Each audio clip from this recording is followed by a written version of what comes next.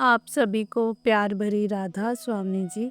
दुनिया में बहुत से लोग सोचते हैं कि अगर हमारे पास पैसा नहीं है, धन नहीं है, तो शायद हम खुश नहीं रह सकते।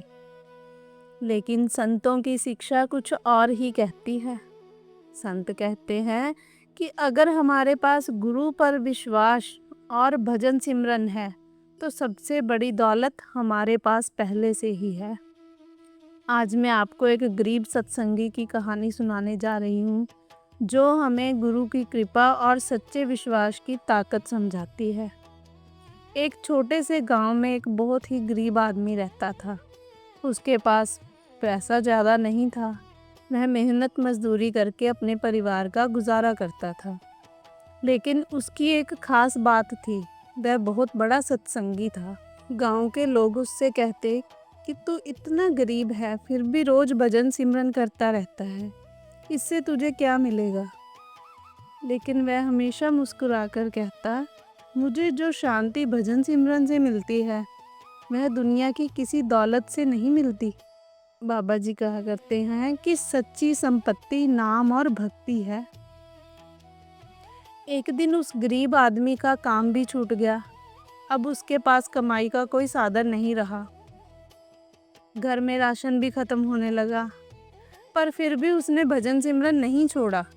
उसने मन ही मन कहा, हे गुरु, मुझे आप पर पूरा विश्वास है। कुछ दिनों बाद गांव में एक नया काम शुरू हुआ। उस काम के लिए मजदूरों की ज़रूरत थी। गांव के मुखिया ने उसी गरीब आदमी को बुलाया, क्योंकि वे ईमानदार और मेहनती था। धीरे धीरे उसका काम अच्छा चलने लगा और उसकी आर्थिक स्थिति भी सुधरने लगी। तब उसे समझ आया कि मुश्किल समय में भी उसने विश्वास नहीं छोड़ा और शायद यही उसकी सबसे बड़ी ताकत थी। बाबा जी अक्सर कहते हैं कि जब हम सच्चे मन से गुरु को याद करते हैं, तो हमें अंदर से शक्ति मिलती है।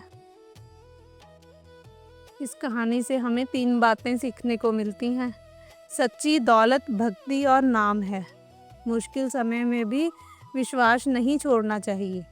गुरु की कृपा हमेशा हमारे साथ रहती है।